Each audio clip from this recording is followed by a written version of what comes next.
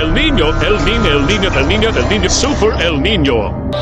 Naging mainit na usapin ang nagbabadyang epekto nito sa mundo ngayong taon.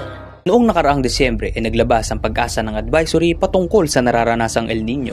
Ayon sa nasabing advisory, strong El Nino ang naroroon sa Tropical Pacific at lalo pang titindi sa mga darating na buwan ngayong taon dahil ang Sea Surface Temperature Anomalies or SSTA ay umabot na sa higit sa 1.5 degrees Celsius.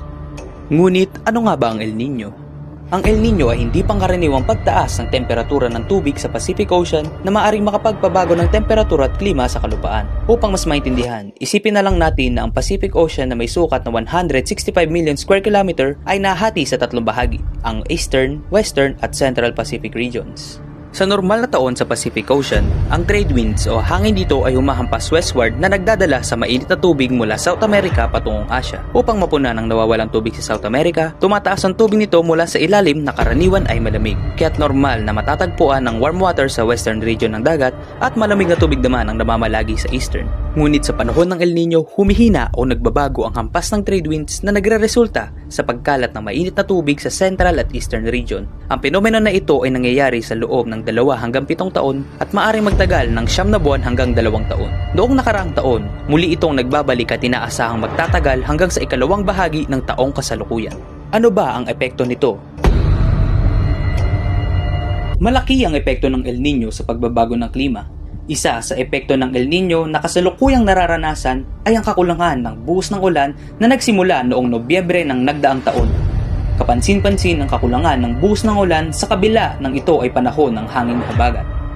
Sa inilabas na climate outlook ng Pag-asa para sa buwan ng Enero hanggang Hunyo ngayong taon, ang lalawigan ng Bulacan ay isa sa 55 lugar na makararanas ng below normal rainfall condition o 41 to 80% na tsansa ng pag-ulan bago matapos ang buwan ng Enero.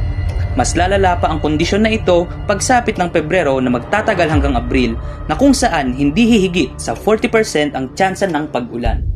Dahil sa epekto ng El Nino, ang buong lalawigan kasama ang lungsod ng San Jose del Monte at 14 pa na lugar ay nakararanas ngayon ng dry spell o tagtuyo.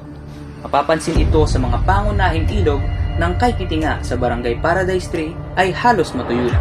Sa darating na buwan ng Pebrero, inaasahang lalala pa ang mararanasang tagtuyot o drought na magtatagal hanggang Abril. Pangunahing epekto ng El Nino ay ang kakulangan sa supply ng tubig, kung kaya malaki ang magiging epekto nito sa pang-araw-araw na pamumuhay, kalusugan at kabuhayan ng mamamayan ng San Jose del Monte.